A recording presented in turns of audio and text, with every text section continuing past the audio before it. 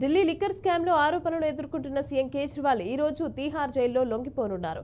Rows avenue కోర్టులో కేజ్రీవాల్ ను ఊరట లభించకపోవడంతో మరి కాసేపట్లో ఆయన తీహార్ జైలుకి వెళ్లనున్నారు. కాగా నిన్న కేజ్రీవాల్ బెయిల్ పిటిషన్ పై విచారించిన రౌస్ అవెన్యూ కోర్టు తీర్పును ఈ నెల 5కు వాయిదా వేసింది.